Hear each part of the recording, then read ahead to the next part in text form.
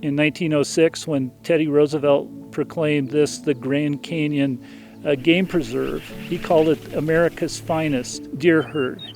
I would call it probably the finest deer herd on the planet. I used to read about this place in Field and Stream when I was probably about 12, 14 years old. Here I am 50 years later, kind of living the dream. The hunting's just terrific here.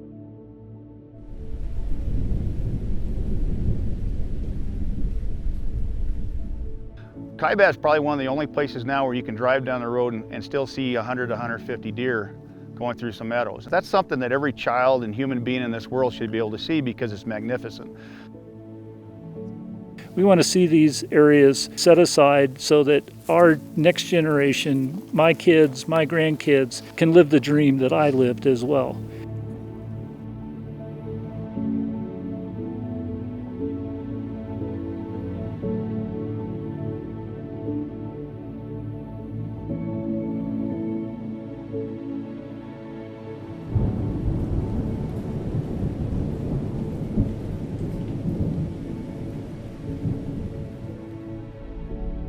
Water is produced through these operations.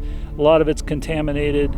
It goes into ponds, it seeps into the ground, it seeps into the water table, and you don't know where it's going to come out and who it's going to affect. There are a lot of questions that we have with this type of mining in this environment in particular, because the hydrology is through fractured rock, and the flow through fractured rock can go in many different directions. Anyone, including the mining companies who claim they know the hydrology below the mines, really don't know what they're talking about.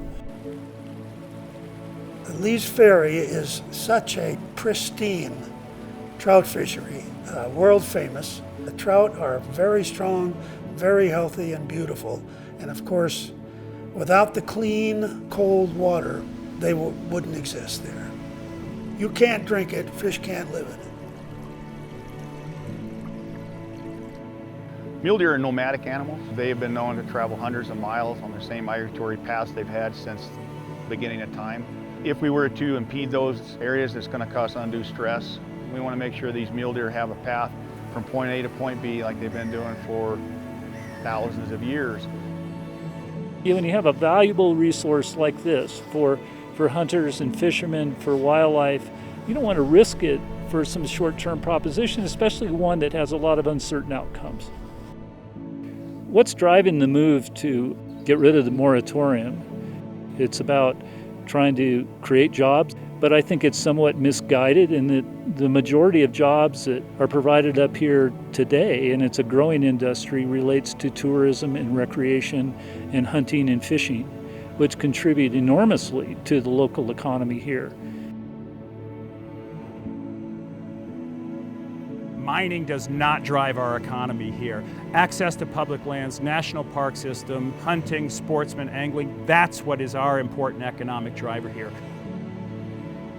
Teddy Roosevelt knew what he was doing. He understood there was a need to keep these things for people and for the wildlife that lives there. Right now we know where we're at. We know without the mining that we're in good shape, that the water won't get contaminated, that we're not going to lose mule deer. We can't just think about today and not think about tomorrow, because tomorrow is going to be our kids, our grandkids, and our great-grandkids, and they're going to want to see the same things we see. And the only way we can do that is we have to be smart, and in this case, being smart is continue with the moratorium.